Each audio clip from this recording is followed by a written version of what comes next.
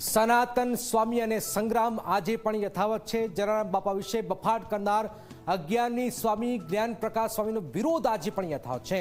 ત્યાં હવે કોંગ્રેસના નેતા ઇન્દ્રનીલ રાજ્યગુરુએ નીલકંઠ ચરિત્ર પુસ્તકના અંશને રાખીને સ્વામિનારાયણ સંપ્રદાય પર પ્રહાર કર્યા।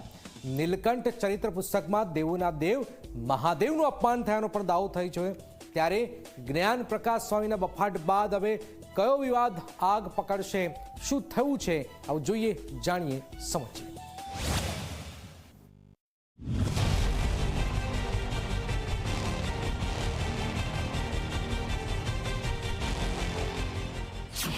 અજ્ઞાની સ્વામીનો વિરોધ યથાવત।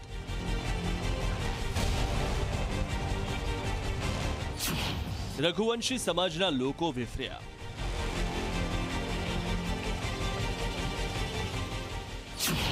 સ્વામીના પૂતળાને લાતો મારી વિરોધ કર્યો।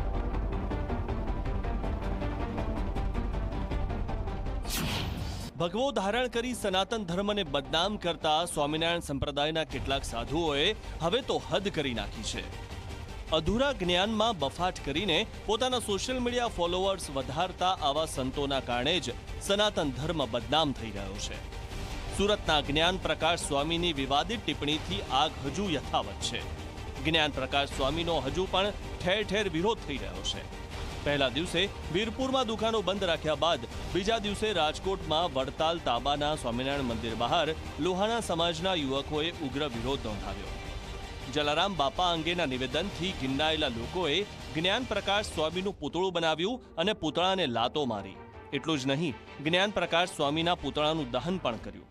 લોહાણા સમાજના યુવકોનો ગુસ્સો વધી જતા પોલીસે વિરોધ અટકાવ્યો અને યુવકોને ડિટેન કર્યા। રઘુવંશી સમાજના લોકોની એક જ માંગ હતી કે સ્વામીની વિડીયો કોલિંગથી માફી અમને મંજૂર નથી। સ્વામી વીરપુર આવીને માફી માંગે। આ અયોગ્ય છે, આ વ્યાજબી નથી। અમે કઈ બાંધવા આવેલા નથી, હથિયાર લઈ નથી આવેલા, રજૂઆત કરવા આવેલા છીએ। અમારા સ્વયંસેવકોની ધરપકડ કરવામાં આવેલી છે। આની અંદર સરકારે રઘુવંશી પરિવારને સપોર્ટ કરવો જોઈએ, કારણ કે સ્વામીજી જે બોલ્યા છે તે ખોટું બોલ્યા છે। આ અટકાયત કરવાને બદલે સ્વામીજીની ધરપકડ કરવામાં આવે। ધર્મના નામે થઈ રહ્યા છે ધતિંગ। ઇતિહાસ સાથે થઈ રહી છે છેડછાડ।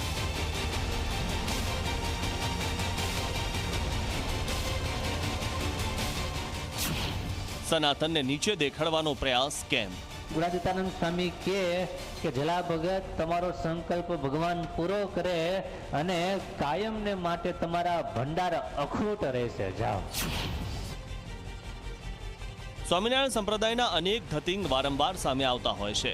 એટલું જ નહીં, ભગવો ધારણ કરનારા સાધુઓના કુકર્મના વિડીયો પણ સોશિયલ મીડિયામાં ફરી રહ્યા છે। સ્વામિનારાયણ સંપ્રદાય સનાતનનો જ પંથ છે, છતાં સનાતનના ઇતિહાસ સાથે છેડછાડ કરીને પોતાને મોટા બતાવવાનો પ્રયાસ સ્વામિનારાયણ સંપ્રદાય કરતો હોય તેમ લાગી રહ્યું છે। સ્વામિનારાયણ સંપ્રદાય સામેના વિરોધમાં કોંગ્રેસ નેતા ઇન્દ્રનીલ રાજ્યગુરુએ ઝંપલાવીને મોટો દાવો કર્યો। ઇન્દ્રનીલ રાજ્યગુરુએ બીએપીએ સ્વામિનારાયણ સંપ્રદાય દ્વારા લખવામાં આવેલા નીલકંઠ ચરિત્ર પુસ્તકને ટાંકીને કહ્યું કે આ પુસ્તકમાં ભગવાન શિવ અને પાર્વતીનું અપમાન કરાયું છે। નીલકંઠ ચરિત્ર પુસ્તકમાં શું લખાણ છે તેની વાત કરીએ તો નીલકંઠ મેળામાં ફર્યા।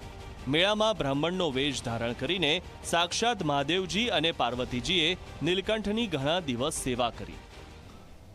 આ સ્વામિનારાયણ સંસ્થાઓ અને અનેક ધાર્મિક સંસ્થાઓ એને મન ફાવે એમ વર્તે છે અને સરકારની, ભાજપની મીઠી નજર તળે સનાતન ધર્મનું અપમાન કરતા રહે છે। બીએપીએ સ્વામિનારાયણ સંપ્રદાય દ્વારા લખાયેલા નીલકંઠ ચરિત્ર પુસ્તકના પેજ નંબર 10 પર આ વિવાદિત લખાણ લખવામાં આવ્યું છે।